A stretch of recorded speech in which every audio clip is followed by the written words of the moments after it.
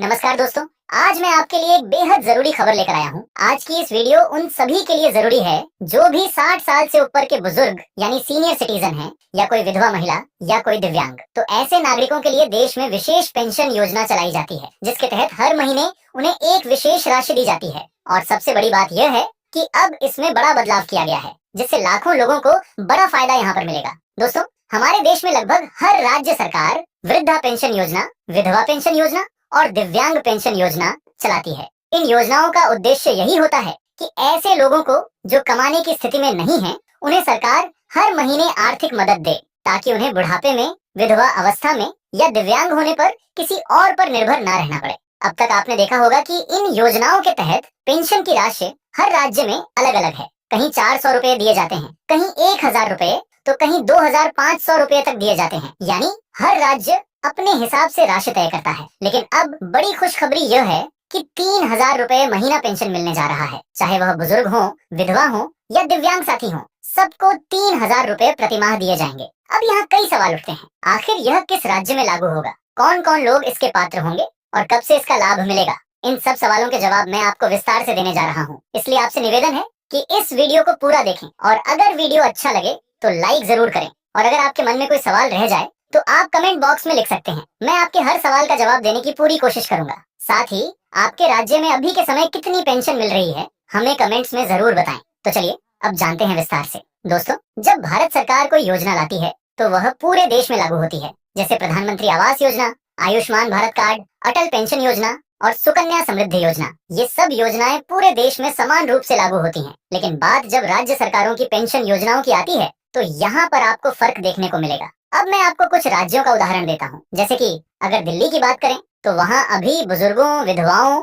और दिव्यांगों को 2500 रुपए प्रति माह दिया जा रहा है। इसी प्रकार हरियाणा में 3000 रुपए दिए जाते हैं। और अब हाल ही में घोषणा हुई है कि हरियाणा में पेंशन 3250 रुपए कर दी जाएगी। यानी हर बुजुर्ग, हर विधवा और हर दिव्यांग को 3250 रुपए हर महीने मिलेंगे। ये कदम बेहद सराहनीय है। लेकिन अगर दूसरी तरफ देखें तो तस्वीर बिल्कुल अलग है। बिहार में भी सरकार ने चुनावों को देखते हुए पेंशन 400 रुपए से 1100 रुपए की है। हालांकि इसमें बढ़ोतरी जरूर हुई है, लेकिन क्या आपको लगता है इस महंगाई के दौर में 1100 रुपए प्रति माह काफी होंगे? देखा जाए तो आज कल के जमाने में कम से कम 4000 रुपए से लेकर 6000 रुपए प्रति माह पेंशन हर राज्य में होनी ही चाहिए। वहीं अगर बात करें उत्तर प्रदेश की, तो उत्तर प्रदेश में भी यही हाल है। वहाँ भी सिर्फ 1000 रुपए पेंशन मिलता है। ऐसे ही झारखंड में 1000 रुपए, उत्तराखंड में 1200 रुपए, पश्चिम बंगाल में 750 से 1000 रुपए, राजस्थान में भी करीब 700 से 1000 रुपए, और महाराष्ट्र जैसे बड़े और विकसित राज्य में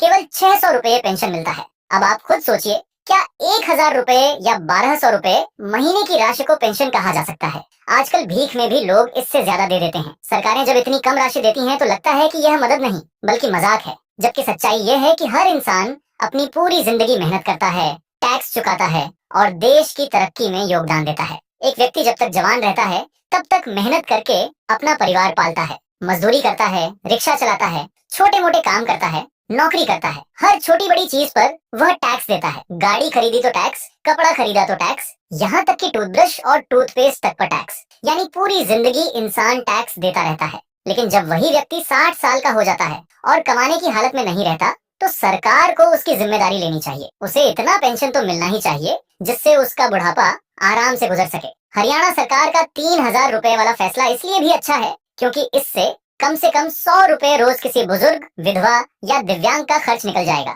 वह अपनी दवा ले सकता है, खाने पीने का सामान ला सकता है और अपने छोटे छोटे खर्च पूरे कर सकता है। लेकिन दूसरी ओर जिन राज्यों में सिर्फ 1000 से 1200 रुपए मिलते हैं, वहाँ के बुजुर्ग और विधवाएं वास्तव में बहुत परेशान होते हैं। अब दोस्तों, मैं आपको यह भी बताना चाहता हूँ कि भारत सरकार की तरफ से भी बहुत सारी योजनाएं चलाई जाती हैं। इनमें से अटल पेंशन योजना एक ऐसी योजना है जिसमें बहुत कम योगदान करके आप 60 साल की उम्र के बाद 1000 से 5000 रुपए तक की पेंशन पा सकते हैं। ऐसे ही श्रम योगी मानधन योजना भी मजदूर वर्ग के लोगों के लिए है, जिसमें वे अपना नाम दर्ज कराकर भविष्य में पेंशन का लाभ ले सकते हैं। इसी तरह नेशनल पेंशन स्कीम नौकरी करने वाले लोगों के लिए बहुत फायदेमंद है। वहीं किसान सम्मान निधि योजना किसानों के लिए है, जिसके तहत उन्हें हर साल 6000 रुपए मिलते हैं। आयुष्मान भारत कार्ड भी बहुत बड़ा कदम है, जिसमें 5 लाख रुपए तक का मुफ्त इलाज उपलब्ध है। और सुकन्या समृद्धि योजना तो खासकर बच्चियों के भविष्य के लिए है, जिसमें माता पिता उनका पैसा सुरक्षित कर सकते हैं। इन योजनाओं से लोगों को बहुत लाभ हो सकता है, लेकिन असली समस्या यह है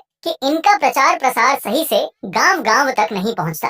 आज भी आधे से ज्यादा लोग इन योजनाओं के बारे में जानकारी ही नहीं रखते। नेता लोग वोट मांगने के लिए तो हर घर पहुंच जाते हैं, लेकिन किसी योजना की जानकारी देने के लिए कोई घर घर नहीं पहुंचता। यही कारण है कि मजदूर, रिक्शा चालक, छोटे दुकानदार और गरीब तबके के लोग इनका फायदा नहीं उठा पाते। दोस्तों, अब वक्त आ गया है कि बाकी राज्य भी हरियाणा से सीख लें और अपनी पेंशन राशि बढ़ाएं, क्योंकि बुजुर्ग, विधवा और दिव्यांग समाज का वह वर्ग है जिनकी मदद करना सरकार की सबसे पहली जिम्मेदारी है। इन लोगों ने अपनी पूरी जिंदगी देश के लिए मेहनत की है और अब सरकार का फर्ज है कि उन्हें बुढ़ापे में सम्मान के साथ जीने का मौका दे। अगर आप चाहते हैं कि मैं किसी खास योजना पर पूरा अलग वीडियो बनाऊं, तो आप नीचे कमेंट में जरूर लिखें, चाहे वह बैंकिंग से जुड़ा हो, इंश्योरेंस से, पोस्ट ऑफिस से या फिर किसी और सरकारी योजना से। मैं आपके लिए उसकी जानकारी लेकर वीडियो बनाऊंगा। चैनल को सब्सक्राइब करना और बेल आइकन दबाना मत भूलिए, ताकि ऐसे ही जरूरी अपडेट आपको समय समय पर मिलते रहें। मिलते हैं अगले वीडियो में आपके ही मुद्दे और आपके ही टॉपिक पर। तब तक के लिए धन्यवाद।